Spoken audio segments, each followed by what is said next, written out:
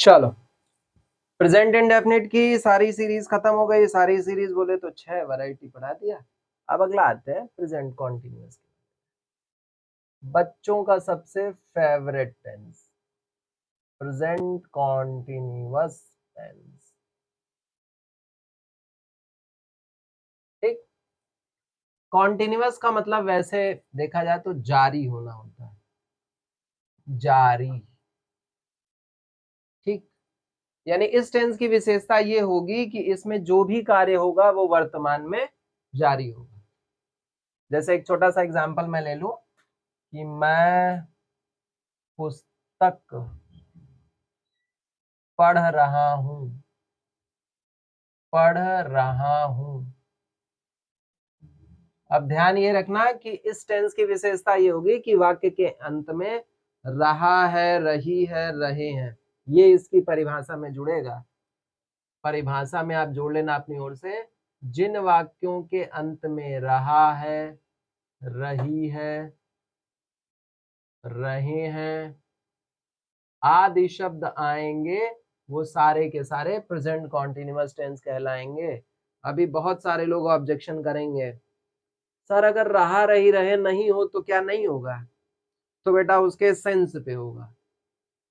जैसे मैं कह दूं तुम्हारा क्या नाम है, अभी कहेंगे sir what is your name होता है, इज लगा होता है।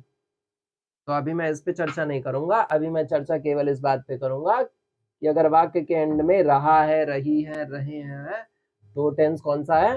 Present continuous tense. इस टेंस की हेल्पिंग वर्ब की अगर मैं बात कर लूं तो हेल्पिंग वर्ब होती है इज, एम, आर।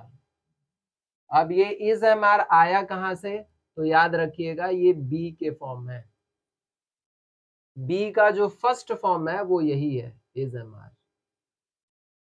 ये रूट वर्ड है, यहीं से इज एम आर पैदा हुआ है। इसका सेकेंड फॉर्म अगर जाओगे तो वॉज वर होता है। इसका अगर पास्ट पार्टिसिपल फॉर्म जाओगे तो बीन होता है। अगर आईएनजी फॉर्म जाओगे तो बीइंग हो जाएगा। यानी ये भी अपने आप में एक मेन वर्ब है। ठीक है जी, लेकिन रूट वर्ड के फॉर्मेट में हम इसका यूज करेंगे, हेल्पिंग वर्ब जिसको हम यहाँ बोलेंगे।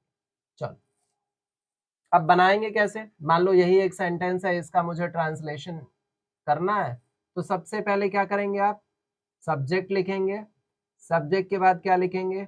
Is, am, are. उसके बाद क्या लिखेंगे? Main verb. मेन वर्ब में आईएनजी और आईएनजी के बाद ऑब्जेक्ट।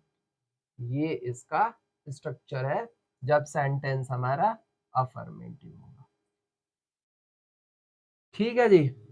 अच्छा, अब आईएनजी रूल कुछ बता दूं आपको, आईएनजी कैसे लगेगा। बहुत सारे रूल हैं आईएनजी के, मैं 2-3 रूल का जिक्र कर दे रहा हूं। पहला, मान लो स्विम है और मुझे इसमें आईएनजी लगाना है, तो हमने अक्सर ये देखा है कि स्विमिंग की स्पेलिंग SWIMMING।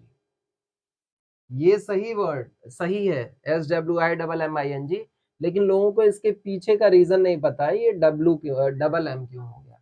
तो रीजन ये है कि हम सीवीसी को थोड़ा फॉलो करते हैं।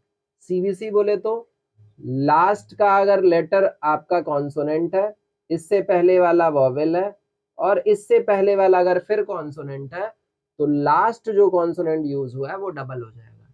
स्विम में देखें तो एम जो है वो आपका कॉन्सोनेंट है, आई जो है वॉवेल है, और डब्ल्यू अगर देखें तो ये कॉन्सोनेंट है। सीवीसी इसमें फॉलो हो रहा है, इसलिए आईएनजी जोड़ते समय जो लास्ट वाला वर्ड होगा, जो लास्ट वाला लेटर एम है, ये अपने आप में डबल हो जाएगा। अच्छा, रूल नंबर सेकेंड एक और भी है कि सपोज करिए किसी मेन वर्ब के एंड में ई लगा हुआ है और आपको आईएनजी जोड़ना है, तो ग्रामर कहता है कि इस ई को एलिमिनेट करेंगे आप, और आप डांसिंग की स्पेलिंग लिखेंगे DANCING। ठीक, ऐसे ही अगर इसका एक और एग्जांपल लें तो वो है आपका रन। ठीक, ये आपका हो गया 2। थर्ड, GO, देखिए वो आया, हमने सिंपली आईएनजी जोड़ी और ये क्या बन गई? ठीक है, तो कुछ चीजों पे ध्यान रखना, तुम्हारा काम हो जाएगा। अब इसको जरा बना भी लेते हैं। राम पुस्तक पढ़ रहा, अरे मैं पुस्तक पढ़ रहा हूं, मैं की अंग्रेजी क्या हो गई, आई। अच्छा, आई के साथ लगेगा एम, सिंगुलर के साथ होगा इज, और प्लूरल के साथ हम लगाएंगे आर। तो हमने मैं की अंग्रेजी लिख दी आई के साथ क्या लगना है बेटा, एम, तो मैंने लिख दिया एम। अब मुझे मेन वर्ब लिखना है, रहा है से पहले जो भी मिलेगा वो मेन वर्ब है। पढ़ना का होता है रीड, और पढ़ाना का होता है टीच। अब देखिए क्या सीवीसी फॉलो हो रहा है, नहीं फॉलो हो रहा है। ध्यान से देखो, ये ए है ये ई है, ये दोनों ही वॉवेल हो गए। तो अब यहाँ सिंपली आईएनजी जोड़ दें हम।